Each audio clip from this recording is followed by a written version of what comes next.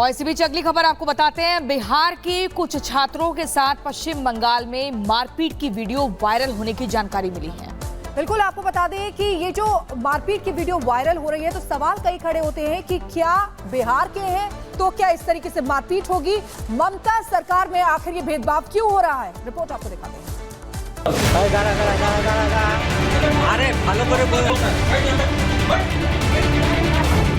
क्या घुसपैठियों का वेलकम और बिहारियों से मारपीट?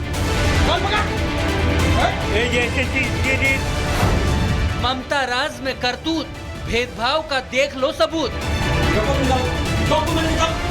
अगर कोई बिहारी है तो क्या उसे बंगाल में मार खानी पड़ेगी? देश एक है तो फिर छात्रों में क्या सरहदें देखी जाएंगी? ममता राज में खुलेआम गुंडई करने वालों को क्या दबंगई का सर्टिफिकेट मिला हुआ है? बंगाल में हिंसा, दुर्व्यवहार और मारपीट के कई मामले आपने देखे होंगे, लेकिन ये तस्वीर आपको गुस्से से भर देगी, क्योंकि रोजगार की तलाश में कुछ युवा जब बंगाल पहुंचे तो उनके साथ देखिए क्या हुआ।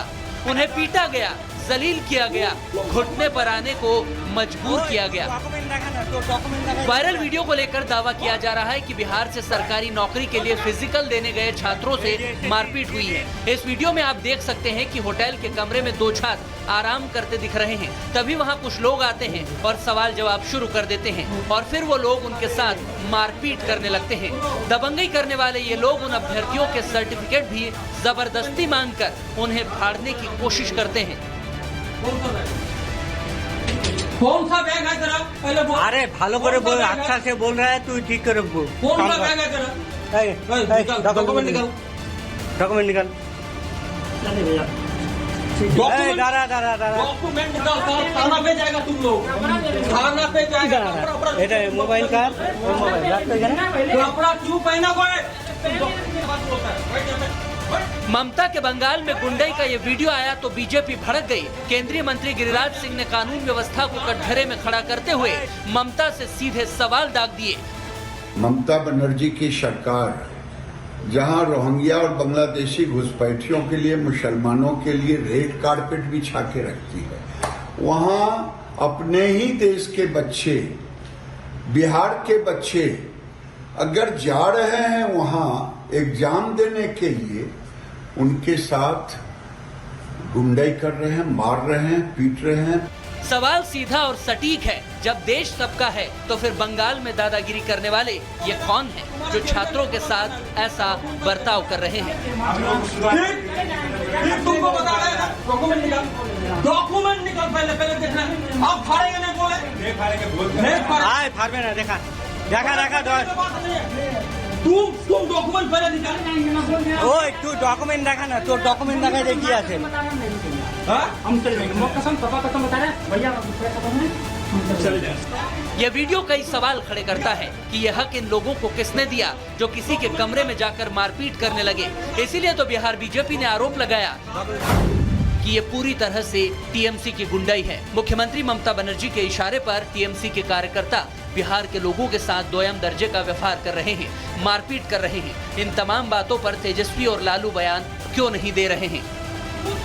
इस मुद्दे पर सियासी संग्राम शुरू हो चुका है। बिहार से लेकर बंगाल तक बयानों के बाण चल रहे हैं, लेकिन सवाल ये है कि क्या सियासत के लिए अब देश के भविष्य युवाओं को सरहद में बांधा जाएगा? ममता इस गुंडागर्दी पर एक्शन कब लेंगी? Bureau report, Republic Bharat. और इधर वक्फ की मनमानी पर लगाम कसने के लिए मोदी सरकार नया कानून ला रही है। वहीं कट्टरपंथी लगातार मुसलमानों को गुमराह कर रहे हैं। बिल्कुल, और वक्फ को लेकर एक नया खुलासा भी हुआ है। आपको बता दें, वक्फ को लेकर ये कहा जा रहा है कि विदेशों से एक संयुक्त संसदीय समिति पर लाखों ईमेल्स भेजे गए हैं। आखिर किस तरह की वो रिपोर्ट है, देखिए।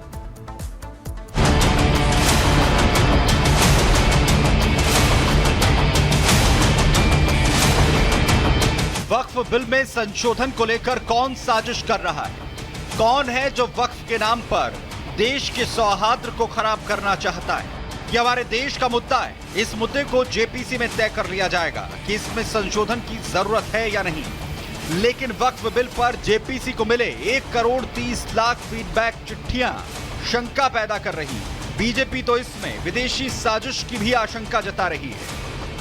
एक कैंपेन के तहत ही हुआ, और कैंपेन में जो सर्वर है, मेरा व्यक्तिगत ये मानना है कि जिस तरह से QR कोड बनाए गए, जिस तरह से सर्वर यूज किया गया, वो देश और देश से बाहर देश के बाहर जो वो तत्व लगे हुए हैं, जो जाकिर नाइक के साथ हैं, जो ISI के साथ हैं, जो तालिबान के साथ हैं, या जो इस्लामिक फंडामेंटलिस्ट लोग हैं, जो भारत को खंडित करना चाहते हैं, जो चाइना जैसे देश हैं जो खंडित करना चाहते हैं और एक फियर करना चाहते हैं माइनॉरिटी कम्युनिटी में, या एक सस्टेनेबल कैंपेन करना चाहते हैं हमारी सरकार के खिलाफ, तो उस तरह के लोग हैं।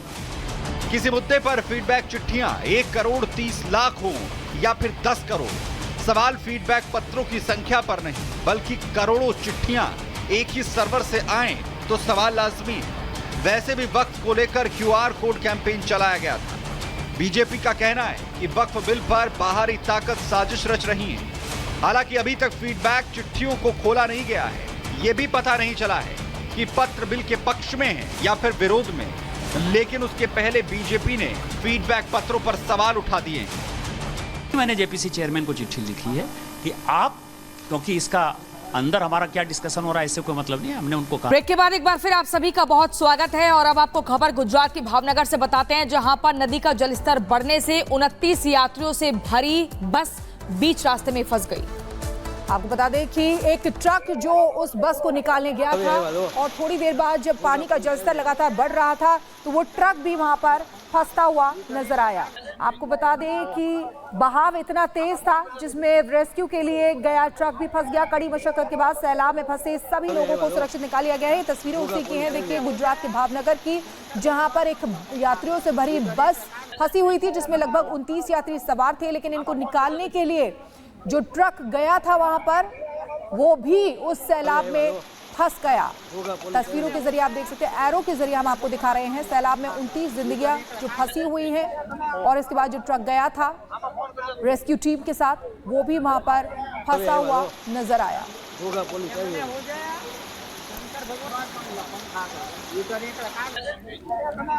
तो गुजरात के भावनगर की ये तस्वीरें हैं जहां पर 29 जिंदगियां फंसी हुई नजर आ रही हैं, लेकिन रेस्क्यू ऑपरेशन करके उन 29 जिंदगियों को सुरक्षित बाहर आखिरकार निकाल लिया गया। नदी में मालेश्वरी नदी बताई जा रही है जहां पर उफान था और जलस्तर बढ़ने की वजह से ये सैलाब आया।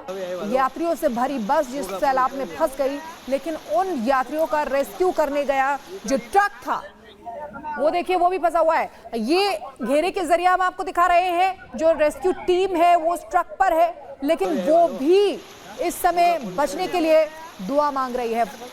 आखिरकार उन सभी 29 जिंदगियों को बचा लिया गया।